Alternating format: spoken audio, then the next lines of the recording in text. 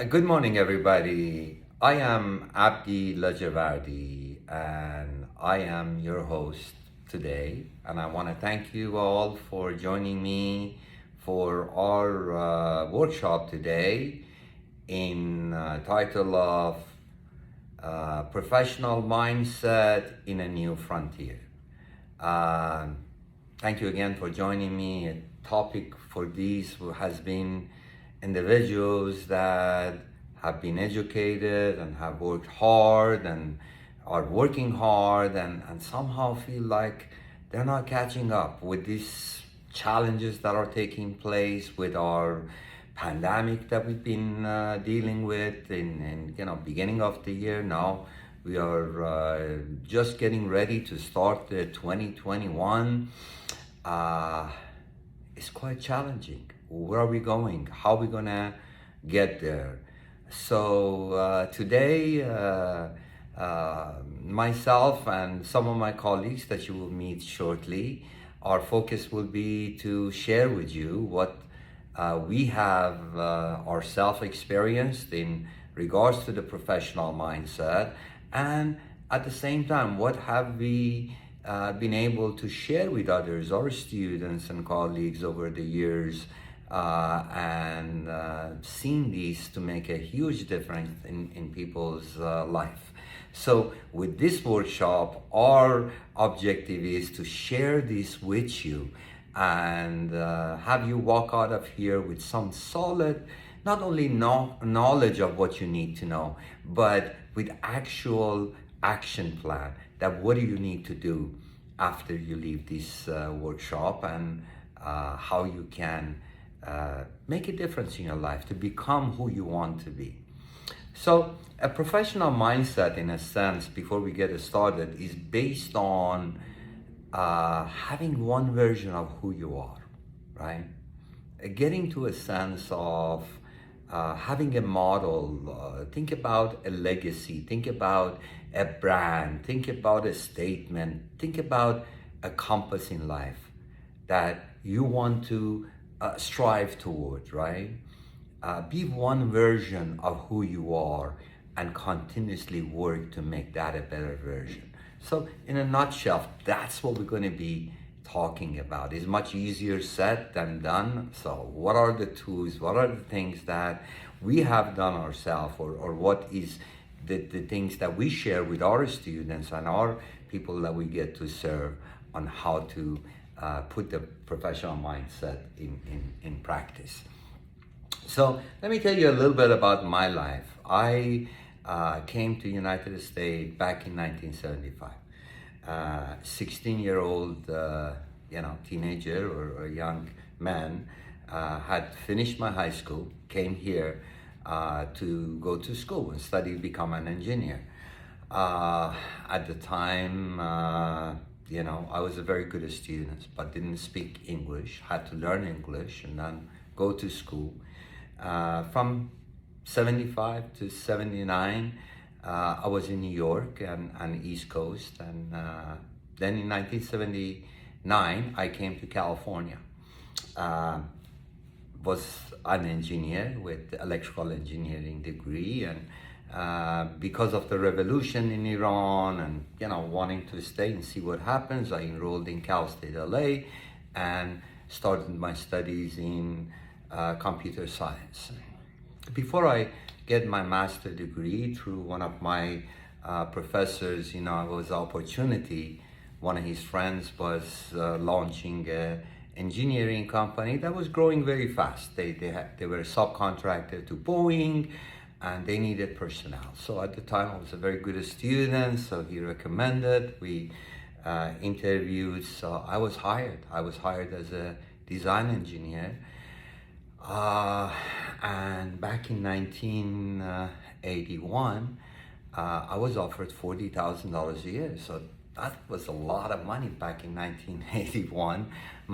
Give you some idea, my two-bedroom furnished apartment was $250 a month. I mean, same thing would be about $4,000 a month right now in Southern California. But in any event, I had that job, and it was just like life had happened for me. This was wonderful. You see, before I came to the US, my grandfather would, I was very close to him, and he would talk to me and give me wisdoms about life. And one of the things he kept on telling me, and at the time couldn't really understand, was, understand that when you get old and you look back in your life, you know that your life had happened for you. It had happened in a way to make you happy and positive. I couldn't understand any of these, but I was busy, and everything was going well in my life. And all of a sudden, overnight, everything was pulled right under me, off of me, and I'm sure you can relate to that. Let me hear you. Some of you put in the chat room, have you been in a situation like that everything is going so well, and all of a sudden the rug is pulled off of you, and everything becomes just like a nightmare? Yeah, that happened to me, because back in 1981, when President Reagan took office, one of the laws was passed that any subcontract or contractor or subcontractor that was working with state or federal government, and had contract with the defense industry, their employees had to have a green card or be a U.S. citizen. So that affected me, and overnight I was out of a job. Didn't know how I'm gonna meet, how I'm gonna pay for my rent, for my food. My younger brother was living with me, going to school.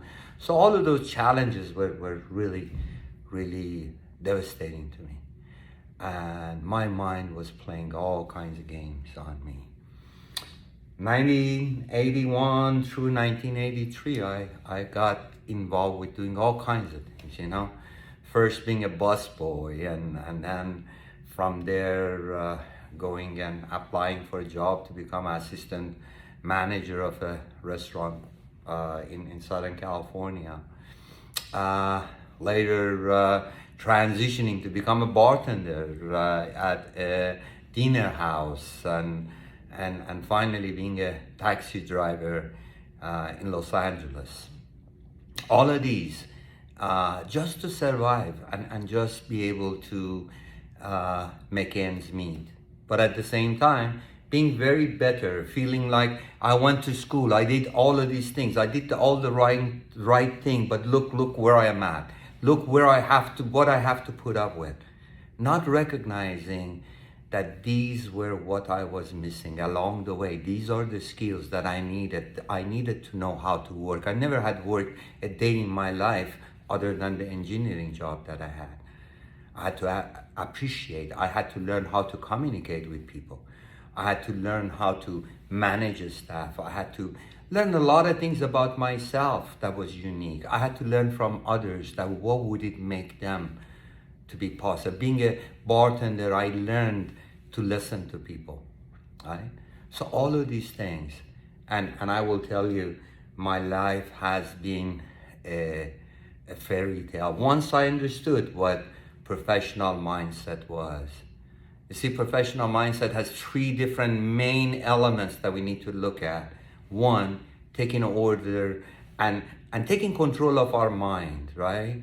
Our mind is an organ of our body, it's not us. And I had fallen into this trap of whatever was in my mind, that was the doubt and all those negative energy that would stop me from doing the things that I knew I could do or I wanted to do. That's being able to take control and really understand that your mind is an organ of your body, and being present at the moment, not living in the past, not living in the future, but enjoying the moment.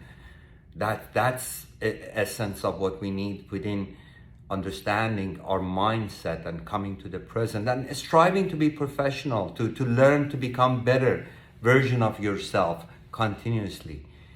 Now, in order to do that, what I learned over the years is you need treadmill. You need a place that you can exercise and stay focused over and over and over again. And what I found that there is one thing, and one thing that can help you to stay the course and be able to recharge your energy and put yourself back on track, and that is the power of appreciation. You see, in the West, we like to be appreciated. Everybody likes to be appreciated. When you do something and you're appreciated, you lift up your spirit, right? But in the West, we misunderstand appreciation with recognition. Recognition is good. Recognition only comes from the top, of course. And it is valued when it's done in front of peers and it lifts people, but it's not as often, and it scares us, right? But all kind of reports tells you recognition will increase productivity, and that is true. But what appreciation does is far more beneficial to anything. You see, I used to play soccer, and I know if you look at any team, sports team, you see, there are a few people that they make the scores, but it takes the whole team to make that a solid team, a winning team, right?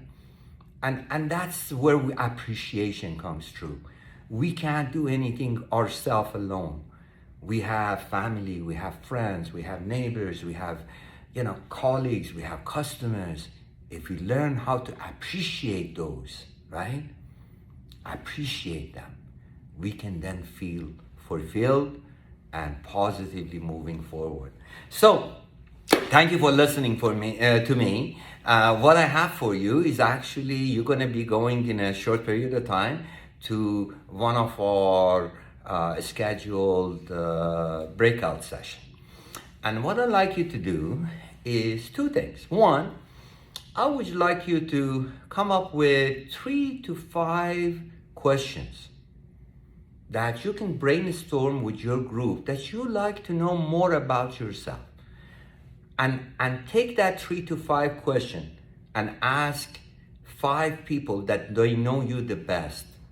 And really look at who you are, what it is perceived as you to be by people that they know you the best, and decide who you want to be, and create a compass for yourself and have one version and make that version the best version of you every day. But to come up with that understanding, create that 3 to 5 questions among yourself to ask 3 to 5, and I would think would even be 5 to 7 people that they know you the best. So that's one thing that I would like you to do.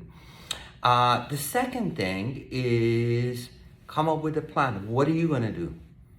What are you going to do in order to make sure you stay the course with your professional mindset program?